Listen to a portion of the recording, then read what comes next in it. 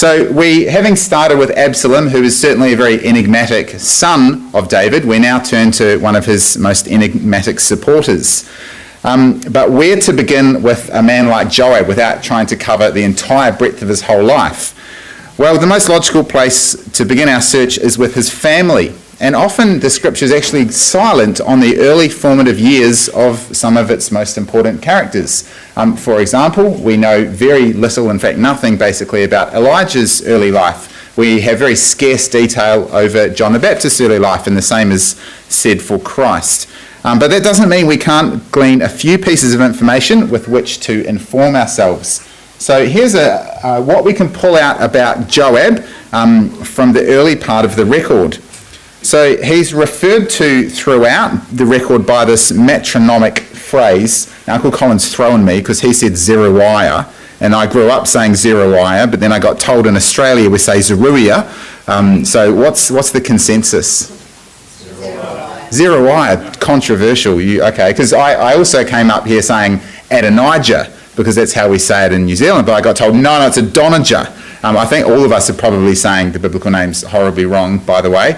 I remember Nick Wollstonecroft told me when he got back from Israel, they were talking to the tour guide, and they were saying, oh yeah, show us the thing about Nehemiah. And the guide was like, who are you talking about? Do you mean Nehemiah? And they were like, you don't know what you're talking about, mate. You're just a Jew. So I'm going to go with Zeruiah throughout. So anyway, right, so that phrase appears 23 times in Scripture, and in itself is kind of unusual because that's the mother, right? And usually it focuses on the father, and quite often we don't know who the mother of the particular Bible character we're looking at is, but there's constant references to Zeruiah. Now, there's only 2 references to the woman as a person on those 2 quotes on the screen, 1 Chronicles 2 and 2 Samuel 17. She's one of 2 daughters born to Jesse, the father of David, therefore making her the sister of David, which makes her 3 sons, Abishai, Joab and Asahel, the nephews of the future king. Now you may not have known this, or maybe you do, but it's likely that those boys grew up without a father figure, because it appears that their father is dead. He's never named in the scripture, and the only mention of him is regarding his tomb in Bethlehem in 2 Samuel 2 verse 32. That's when his youngest son Asahel is killed, and they take him and they bury him in his father's tomb in Bethlehem. Now, it wasn't common for people to have a tomb ready and waiting for them. That was something that was reserved for the wealthy, like Joseph of Arimathea. And so it's likely that, unfortunately, Joab's dad was actually in the tomb that was intended for him. It wasn't standing there waiting for him for when he died later on in life. And part of that reasoning is because David's family was of humble origins. There's 2 quotes there on the screen. He refers twice to the fact that he was from a bit of a mean family. And of course, Joab being related closely to David would have meant the same. So just consider that Joab possibly grew up, at least in his young adult years, without a father figure. If you're trying to understand the man, that's an interesting piece of information. Now, what might the age gap between David, the uncle, and Joab, the nephew, have been? Well, as is typical in Jewish genealogies, the women are mentioned after the men. Now, I have a bunch of quotes. I don't expect you to write them all down, but I'll machine gun them to you. 1 Chronicles 1, verse 39, chapter 3, verse 9 and 19, chapter 4, verse 3, chapter 7, verse 30 to 32, and so on. The women are usually mentioned at the end of the genealogy. Now, that obviously doesn't mean they were the youngest. It just means that they were put after the men. That's just the way it was done. Now, despite the brothers being nephews of David, remember, David is the youngest son of Jesse. So it's quite likely that his nephews were actually near his own age, which would have made Zeruiah his older sister. Now, here's my reasoning for that. In 2 Samuel 3, verse 4, David is 30 years old when he begins his reign as king. Joab is already commander of the army. So he has to be at least 20, right? To be old enough to be commander of the army, possibly older than that as well. David reigns for 40 years per 1 Kings 2 verse 11, and so he dies around the age of 70, maybe a bit older if you consider there was some co-regency with Solomon. At the end of his life, David describes Joab as having a grey head in 1 Kings 2 verse 6, when he gives the order to Benaiah, the new assassin, to execute his son. He gives the order to his son Solomon for Joab to be killed. And finally, Joab, interestingly, does not try to escape or fight back towards Benaiah when he comes to end his days. In fact, he seems to accept, or he seems quite resigned to his fate. It says in 1 Kings 30 verse 34, "So Benaiah came to the tent of the Lord and said to him, 'The king commands, come out,'" because Benaiah couldn't go in there. And it's kind of comical because Joab says, "No, I will die here." So there's a bit of a standoff, and Benaiah actually has to go back to David and say, Solomon and say, "What do I do?" And then he went in and killed him. But I think that's interesting that Joab is the commander of the army when David's reigning at the age of 30. He's described as having a grey head when David is 70, and he doesn't put up a fight when Benaiah comes to kill him. So inferring that he's an older man. Now, I found it worthwhile trying to understand what kind of upbringing Joab and his brothers would have had in their early formative years, and then later in the shadow of their celebrity uncle. Perhaps Joab's almost unswerving loyalty to David can be explained when you consider that he likely grew up without a father figure. Now, it also provides an insight into his mother, Zeruiah, the one who shaped these boys into fearsome and ruthless warriors. As we've already noted, the references to her are numerous. There's 23 times that she's referred, but only 2 of them are actually about her as a person. The rest of those references are when the boys are described as the sons of Zeruiah. Now, the narrator wants to link them with their mother for some reason. And it's not just the narrator. There's 3 times when David does the same thing. It's in 2 Samuel 3 verse 39, in 16 verse 10, and in 19 verse 22. And do you know, each time that David says, "those sons of Zeruiah," he is complaining about how ruthless they are. What's the phrase he always says? "They're too hard for me," which, by the way, is a huge cop-out, which we're going to see. But he says, "They're too hard for me." Now, we know from the story of David's early life that his brothers were hard, unyielding fellows. And so it seems, the record seems to be saying to us that his sister was cut from the same cloth. In fact, one might almost read some of David's comments as though he was laying the blame at his sister's feet. "You raised these boys, and you're responsible for them turning out like that."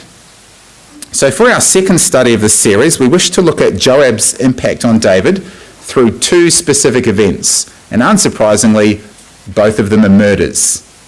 So come across to 2 Samuel 3, and we're going to pick up the story here as we come to the close of a very long civil war between the supporters of King Saul and the emerging Davidic power.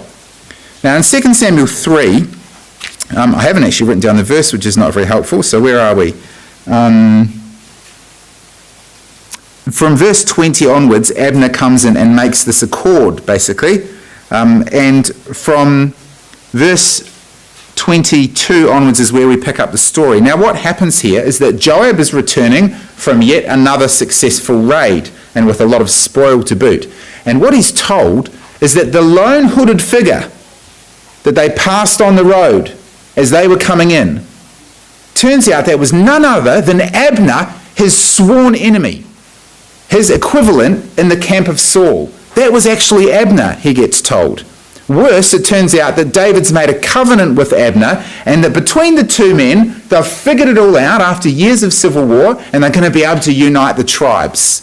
Now, the one-sided dialogue that follows in verse 24 reflects extremely poorly on our headline character. It says, "Joab came to the king and said, 'What have you done? Behold, Abner came to you. Why is it you've sent him away and he's quite gone? You know Abner, the son of Ner. He came to deceive you. He came just to figure out who was coming and going in the camp and to know everything you've done.'" Now, Joab's really forgetting himself here.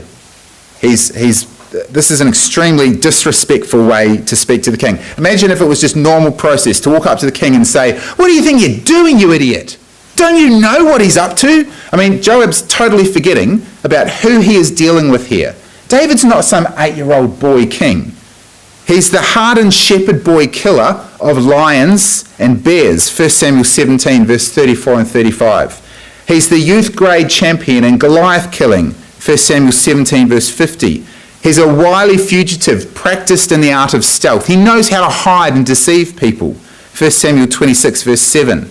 He's an expert in guerrilla warfare. 1 Samuel 27, verse 8 to 10. The last thing this king needs is a lecture from Joab in front of all of his men about how Abner had come into his camp and pulled the wool over his eyes and deceived him. It's just the height of disrespect to his king. But what follows is even worse. And it's quite possibly one of Joab's lowest moments, and there are quite a few. Messengers are sent to bring Abner back to the camp. Now, again, I love it when we're not given specific detail, because it's left for you to think, how did that really happen? Like, how did that play out? Abner knows Joab hates him, right? So when it says in verse 26, Joab was come out after David. He sent messengers after Abner, which brought him again from the well of Sirah, but David knew it not. Now, whose name has that gone out in? I think there's two options here. Either Joab sent the messengers in his own name, which to me seems unlikely, because if you're Abner, do you turn back when you hear that Joab wants to have a quick chat in the city gate? Don't bring anyone. Maybe it was that because a truce has been called and there's, you just had a pact made with the king, so maybe he'd feel safe about that. Or has Joab sent the message in the name of the king? Oh, the king needs you back again. Quickly come back. I know you've just shaken a hand on a covenant, but come back, we forgot something.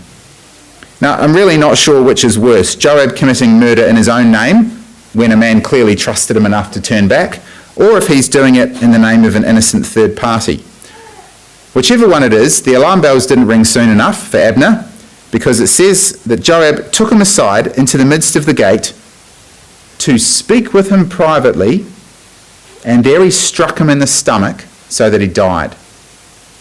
Now, I've heard it argued that Joab is in fact seeking to follow the law of Moses, following the law of the manslayer in Numbers 35, remembering that Abner killed his brother Asahel. Now, I cannot see how that is the case, and here are my reasons. Number one, the initial death of Asahel occurred in a time of war. It was a battle. It was not an accident. It was not a murder. If the law of the manslayer was supposed to be enacted every time someone died in battle, the killing would go on forever, because there'd be a battle, and then there'd be an avenge, and then there'd be more avenging, and the killing would be endless. Secondly, Joab had previously accepted a truce from Abner over that particular death, although it might have just been temporary, because 2 Kings 3 verse 1 says there was long war between the sides. But post Asahel dying, Abner actually accepted a truce between himself and Joab. Thirdly, much time has passed since the death of Asahel, probably several years. Abner is not fleeing for his life after accidentally killing someone. He is not fleeing to a city of refuge. In fact, he is deceitfully invited back toward a city of refuge. Fourthly, the record states that Joab killed him in the gate, whereas the avenger of blood could only strike him if he found him, quote, outside the boundaries of the city of refuge. Numbers 35, verse 27. Fifth, Joab repeats this exact modus operandi in the killing of another rival for his position, Amasa.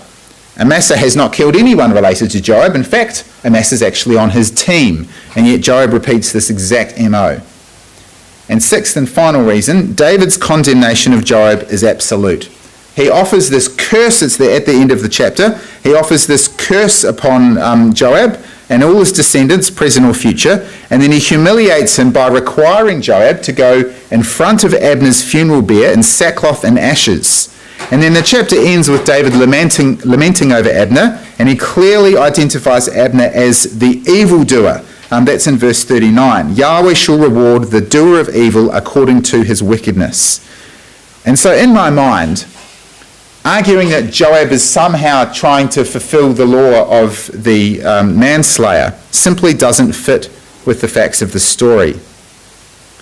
So what does this sorry episode teach us about Joab? Or more importantly, what does it teach us about David?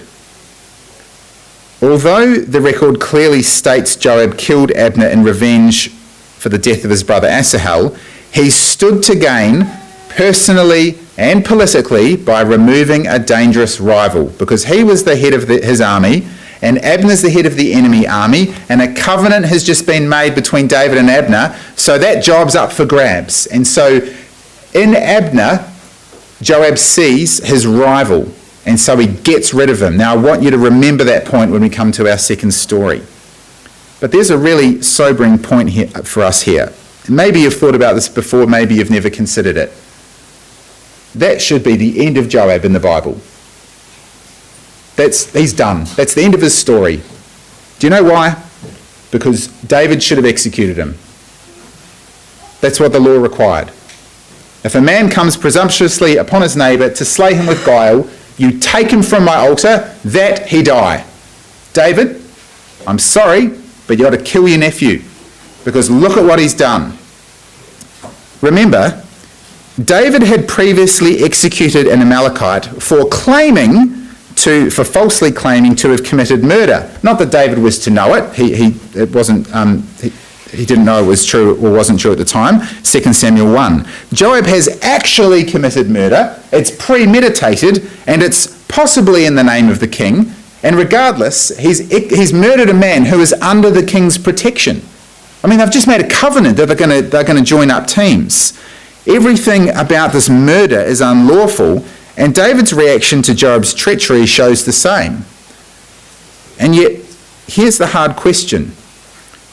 David said, at the end of verse 39, Yahweh will repay his wickedness.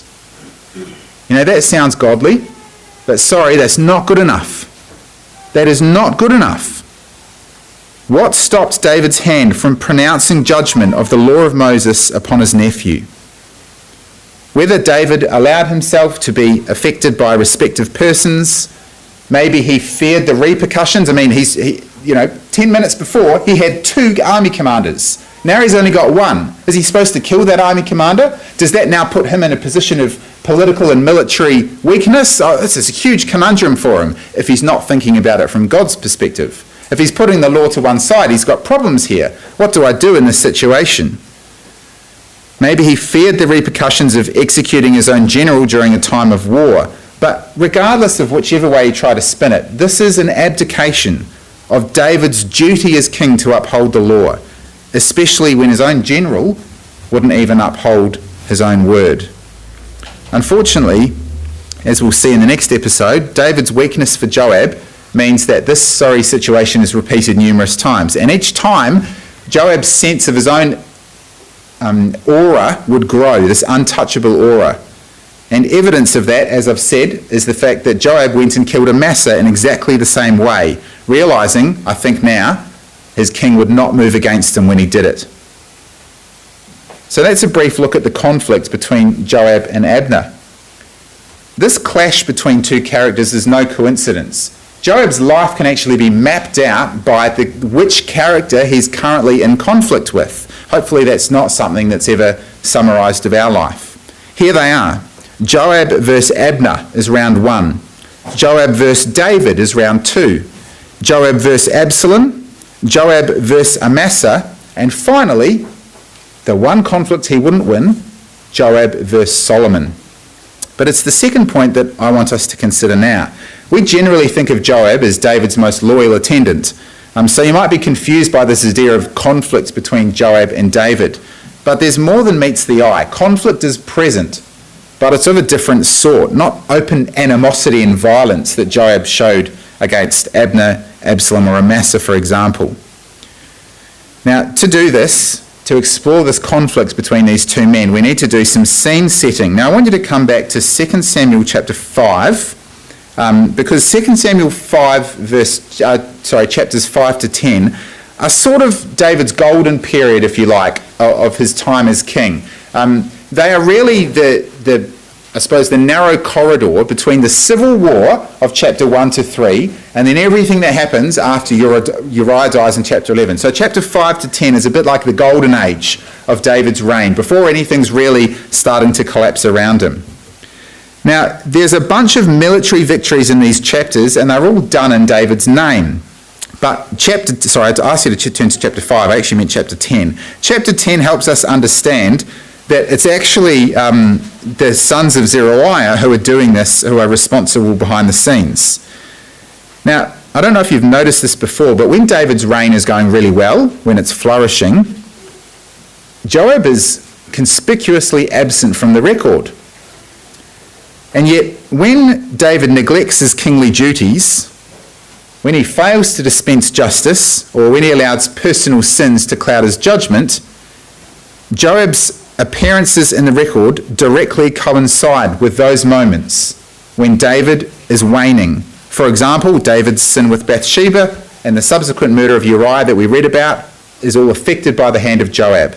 Now, I came across a fascinating paper which explored exactly this issue, and this paper demonstrated that Joab effectively appears in the 2 Samuel record as a sort of foil for David in a negative sense. When all's going well, you don't hear about Joab in 2 Samuel, but when the wheels are getting a bit wobbly, when David's got some weakness or personal failing, Joab is the one called to clean up the mess. Now, for those interested, the name of the paper is on the screen there, but I want to quote a little section just from the introduction.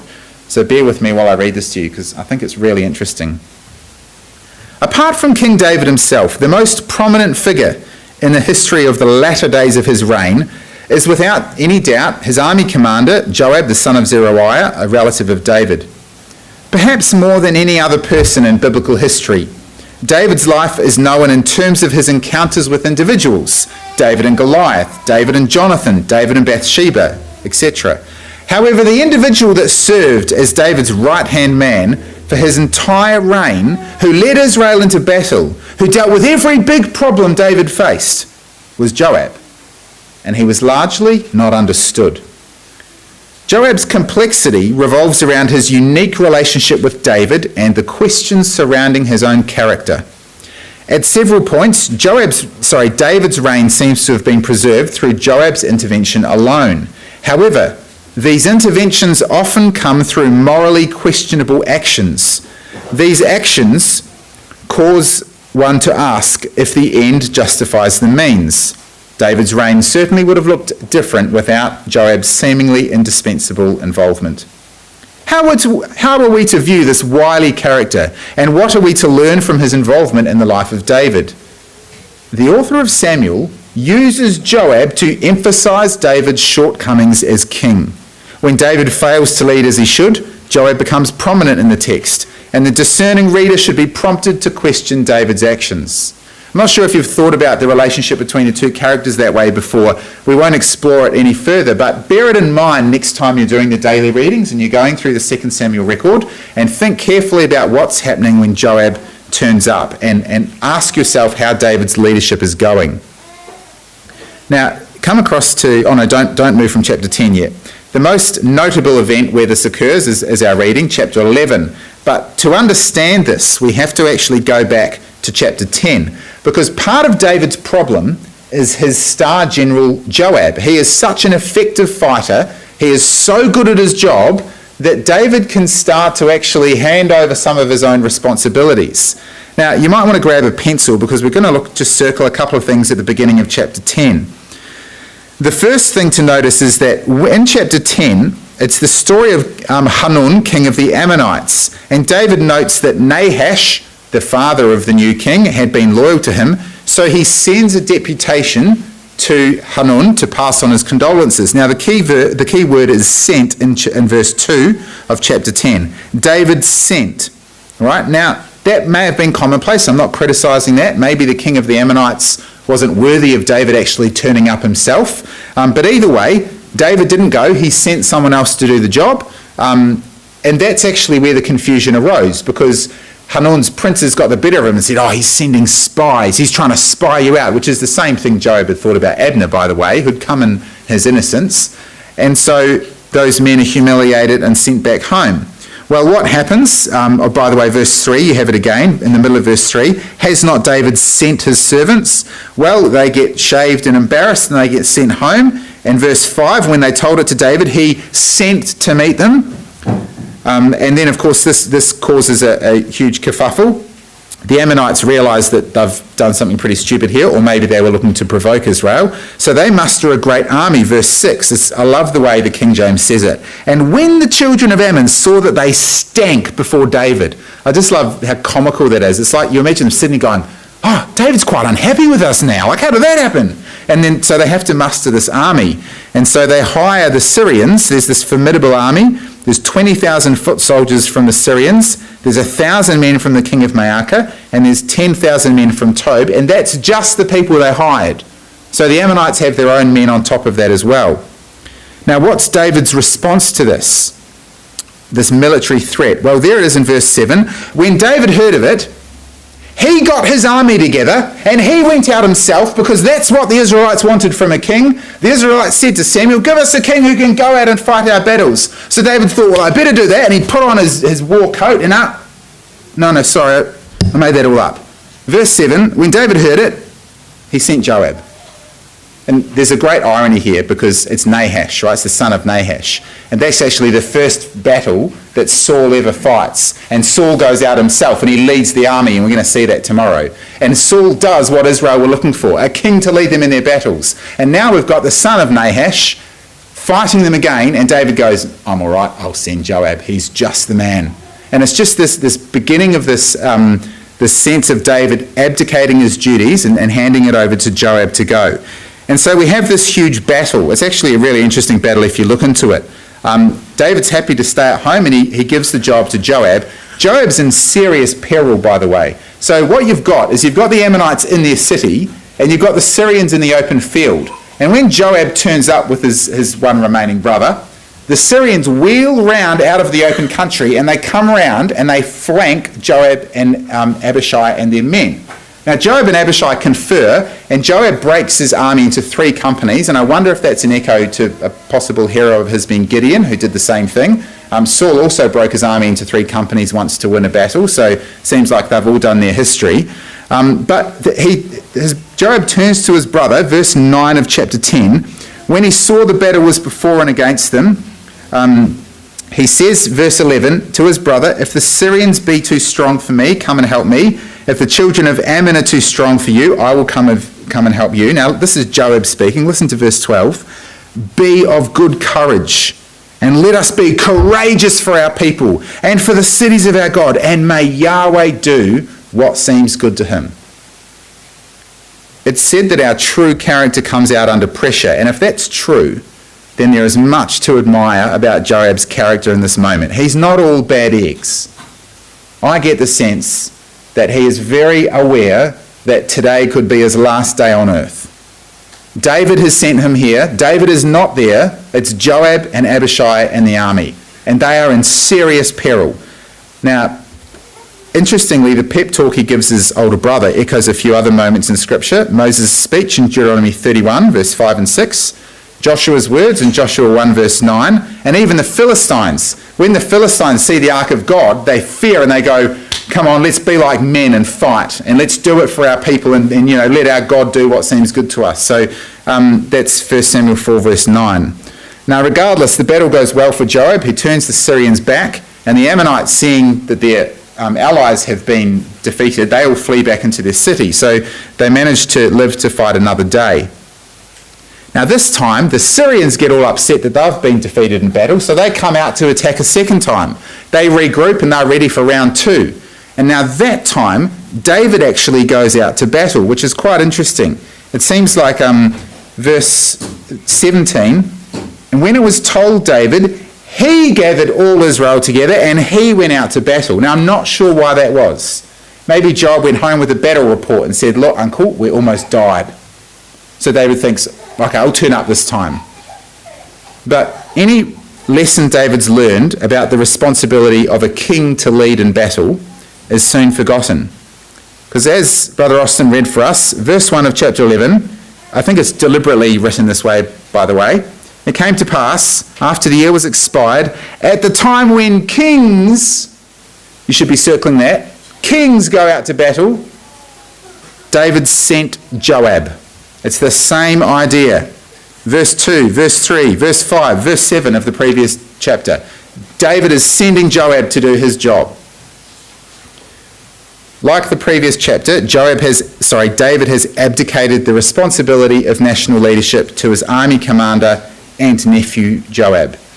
That decision will have ramifications upon David and his family for the rest of his life.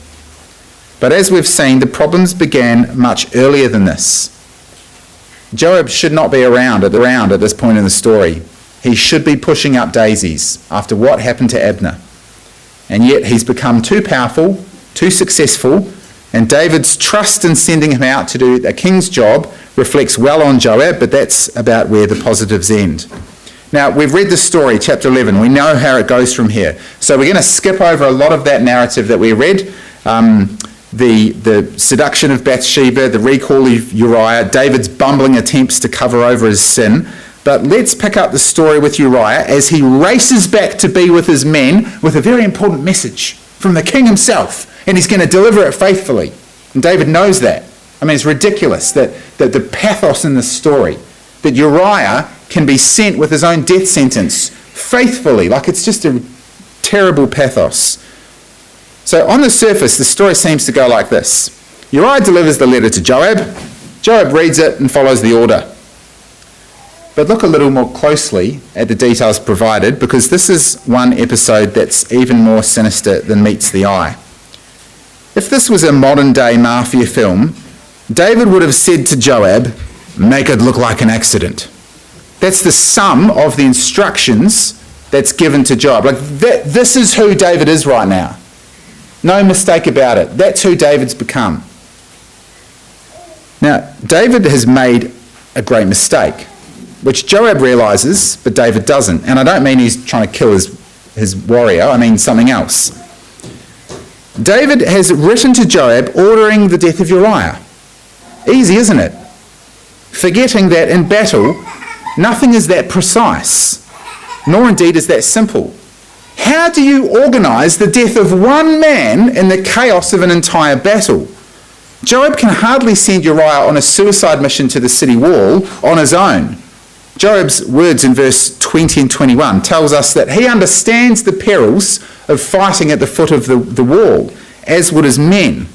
In fact, it's kind of funny. I don't know if you've looked at it this way before, but when Joab sends the messenger back after the deed is done, verse 18, he gives these really specific instructions to the messenger, because the messenger's got to take this message back that, we were fighting at the base of the wall and a bunch of men died. And Joab is anticipating David will be furious about that because it is a dumb thing to do.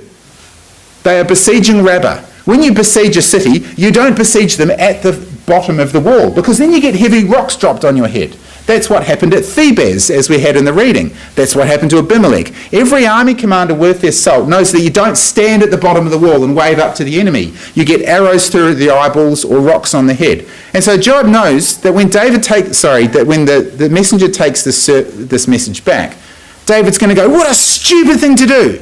And Joab says, if he gets upset, just say, "And Uriah, your servant, died as well." Now, why did Joab have to say that? Because David is going to go, that's how he had to do it. Of course that's how he had to do it. You can't just kill one man. It's not surgical. You can't take out one guy in the middle of a battle unless you maybe stab him in the back yourself. And so Joab's got this huge conundrum. You can't send Uriah off on his own because it would single out that man in a way that would surprise or shock the rest of the army. The only way to effect this instruction is to organise a raid, risking the lives of other men. And this thing Joab is prepared to do, to obey his king. Now at this point, I have to pause and consider what Joab thought when he received such an order from his king. Have you ever wondered that? What did Joab think of this? As I said in the first study, part of the allure of the biblical record is we're not told so often what the characters actually thought about something. It's left for us to put ourselves in their shoes and go, what would I do? What would I think? That's where the power of the story comes out. So Joab receives a sealed letter from the king, delivered by the hand of one of his mighty men, one who is counted among those men in 2 Samuel 23. You've probably noticed he's right at the end of the list. It could be because he's a Hittite. I think it's because the narrator really wants to draw your attention to him. In it, his king orders the man carrying it to be killed. Now, I imagine Joab taking the letter, breaking the seal, reading those dreadfully short instructions. You know what he has to do next? He's got to turn his face back and look the man in the eye whose death sentence he's reading. It's one of his men. They fight together. They camp together. They sleep together. They do everything together. And he's read that, and now he's got to look back at Uriah, and he's got to keep his voice steady, and he's got to say, "Thank you, soldier. Back to your men." And then he's got to think, how on earth do I do this? How do I get rid of Uriah? He's one of the best fighters in the army. Now, none of that's in the record, let me be clear, but when I imagine how that played out in real life, I fail to see how Joab's sharp mind was not at work. This is a highly unusual event. Firstly, Uriah had been singled out to visit and dine with his king away from the battlefield. I mean, when you're besieging someone, there's obviously the opportunity for someone to leave the army. It's a bit unusual. But now he's returned unwittingly with his death warrant in his hand. And Joab hasn't been there, so he's going, what changed? What's happened? Now, I think Joab's mind is at work here, because for the king to need a mid-battle accident to happen against one of his own trusted warriors can only mean that he needs to get Uriah out of the way for some new and secretive reason. Now, I'm sure Joab knew his men. I'm sure he knew his fighting men. And he probably knew their wives and families. And it probably wasn't a stretch of comprehension to realise that Uriah's beautiful wife Bathsheba, back home in the same neighbourhood as the king, might be involved. I think it would be naive of us to think that Joab took this letter and robotically obeyed without first agonising at least over the how, if not over the why. Now again, I stress none of that's specifically recorded, but these men and women we study in the scripture are not machines.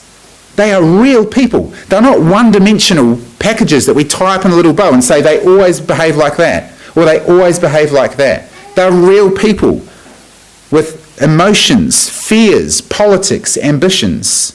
In this moment, Joab is caught in a terrible vice. Does he disobey the king who commands him? Or does he send one of his own faithful men, one of his sharpest warriors, to his doom? Now, the reason I'm stressing this is because A, it's really interesting thinking about this situation Joab's in, and B, the man after God's own heart has put him in this situation. Now, I'm going to stress it again. If you've ever thought that's a moniker that could never apply to you, think again. Because David was a man after God's own heart, and look at where he's put Joab, never mind Uriah. Now, I believe that Joab understood what was lurking behind the king's commandment.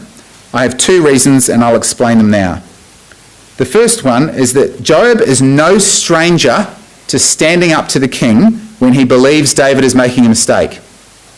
There's that's good about him. You want to surround yourself with friends who want the best for you. And Joab can stand up to the king when he thinks David's doing the wrong thing. Here's 5 examples. In 2 Samuel 3, he publicly rebukes David for making a league with Abner, as we've just read, and he disobeys the king and goes and kills Abner in cold blood. Don't tell me Joab can't say no to his king. In 2 Samuel 14, Joab organises this intrigue to bring Absalom home, which is seemingly not what David wants. Later still, in 2 Samuel 18, verse 11 to 15, Joab kills Absalom in direct contravention of the king's orders, the specific orders. Now, we know why, looking at Absalom and how he burned Joab once, and I don't just mean his fields, we know why he did that. But he openly disobeyed the king because he thought he knew better. Immediately afterwards, this is a really interesting passage if you want to read it later, while the king is still mourning, Joab confronts the king and he publicly shames him for the way he's responded to the death of his rebellious son. Now, the exchange is quite extraordinary. I'd really encourage you to read it in your own time. It actually reflects really well on Joab and really poorly on David, because you had to have courage to stand up and say to David what needed to be said. Joab pulled him back from the brink. Lastly, when David seeks to organise a census in 2 Samuel 24, verse 3, Joab again protests the decision to the face of his king, but he's eventually beaten down. So there are 5 examples where Joab stands up to his king, whether to his face or via other parties, to change frustrate, or outright disobey the word of the king? Now we must ask ourselves, and to be honest, until I did this study, I'd never thought about this question. I just accepted the record as it's presented to me. Could Joab have protested the order to kill Uriah? Of course he could. Of course he should have. That he effected it without question is a terrible blight on his moral compass. And this is the moment where he falls to his lowest point. Just about every other victim of Joab's ruthlessness was an enemy in some way. Here, he conspired with his king to kill one of his own friends. That's the first reason. Joab can say no to his king. He's got form. He just chooses not to here. The second reason as to why I think he understood the dark command behind the king is related, because if Joab's willing to protest, frustrate, or disobey his king, why, when this command was so clearly an evil one, did Joab obey it without question? Furthermore, why, and again, I had never thought about this until I looked at the story more closely. We just think about the death of Uriah. Other men died too. Why would Joab be willing to go so far to sacrifice the lives of other warriors so he could cover up the death of Uriah? Lots of people needed to die that day, not just Uriah. Joab's the smart man. He knows he can't make it stick out like a sore thumb. Uriah has to fall in battle with a bunch of other men. So Joab has to sacrifice a bunch of his warriors, not just one. The only logical response as to why he would allow that to his own precious warriors is that Joab understood the gravity of the situation before him. For David to send a death warrant in such a way tells Joab that there was no unrighteousness of Uriah which could be punished by the law. Because if there was, he would have used law to punish it, and he couldn't. So he had to make it look like an accident. This man was innocent. That's evident from the way David needs to dispose of him. So Joab must have intuited that whatever the cause of David having to kill Uriah, it was so serious it had to be carried out, or it could have cost David the kingdom. It's a strange thing to think that Joab may have sent several friends to their deaths in order that he might protect another friend. That brings home a really important lesson to me. What would you have done in Joab's place? Don't think for an instant that Joab would have made that decision lightly. Other passages we don't have time to refer to reveal the striking loyalty Joab's men had for their commander. Ties forged on the battlefield are not lost so quickly. It had been no easy thing for Joab to send those men to their deaths, especially knowing only one of them had the curse of the king hovering over him. But moreover, the doomed attack on the wall would have been a black mark on Joab's record. What kind of idiot sends people to fight at the base of a wall in a siege? They know from history that's a bad idea. That's why Joab informs the messenger to explain it to the king. When David goes off his chops for us doing such a stupid thing, don't forget to mention Uriah died. He has to cover it all up in that way. And yet it would have been a black mark against Joab. The sad thing that we get out of, well, one of the many sad things we get out of the record is that the messenger doesn't even need to follow that story through, because the king's so relieved at the news of Uriah's death to realise that many men died so that his sin could be covered. I want to say that again. Many men died so that one man's sin might be covered. This is the man after God's own heart. What a terrible contrast to the atonement, where one man died so that the sins of many would be covered. So what can we take away from this consideration of Joab and his interactions with his king? Two lessons to close. The first is simply a question. If you were Joab, what would you have done? What happens when a close friend has erred and they need you to protect them? Do we stick to what is right regardless of the consequences? Regardless of how difficult the consequences could be for ourselves, for our families, for our friends? Do we consider the sometimes unseen collateral damage when deciding on a path our actions will take us down? Because David didn't think about that.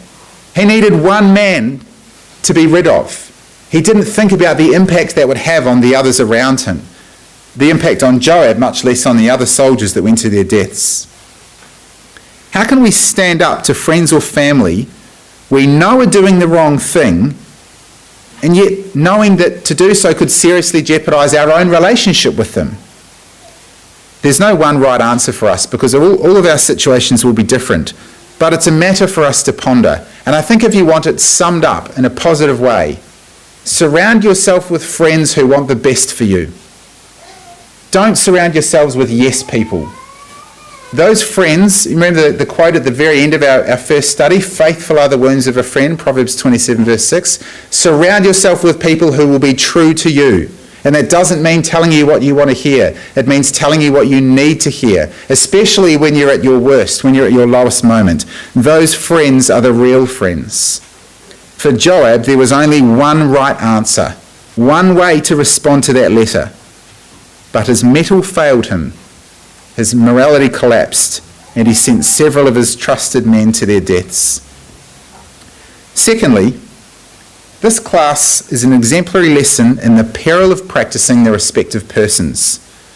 Just as David failed to dispense justice to his sons, which we saw in the first study, firstly Amnon, secondly Absalom, later, if we had time to follow it through, Adonijah, so too he fell into this trap again with his nephew. David was a fearsome warrior if you were a lion. He was a terrifying opponent if you were a bear or an Amalekite or an Ammonite. But he was weak when it came to his own family, his own friends. We're all that way, to be honest, aren't we? It's the hardest to show judgment on those people that are really close to us. But to reiterate, Joab should have died the day he murdered Abner. Can you imagine the kaleidoscope of events that might not have happened, the way that history might have been changed if Joab did not exist after that day? According to the law, his life was forfeit. But David could not or would not act as he should have. And the terrible irony of this entire story is that by allowing Joab to live, David eventually became just like him. He deceitfully murdered a man he considered his rival. It's an amazing fall from grace. Despite this, David is recorded as a man after God's own heart. And like I've said before, that must be a fact of great comfort to ourselves. He is susceptible to all the same sins we are. Indeed, he repeats the same sins at different stages of his life. And yet wherever he was, he found a way back. There's that wonderful quote in Proverbs that says, a righteous man falls 7 times and rises up 8. That's the difference with David. No matter these moments he went through, whatever depths he plumbed, he always found his way back to the Word of God and therefore to God himself. At his heart, he sought to serve his God no matter what moment of weakness he was in. And I think the real reason for that is chiefly because of one person. I think David was always mindful throughout his entire life of one person, a man who loomed like a dark shadow over the early life of our king. And David never forgot him. He understood who he could become if he did not stay close to God. And we'll wrap up our series tomorrow by considering that man for our exhortation.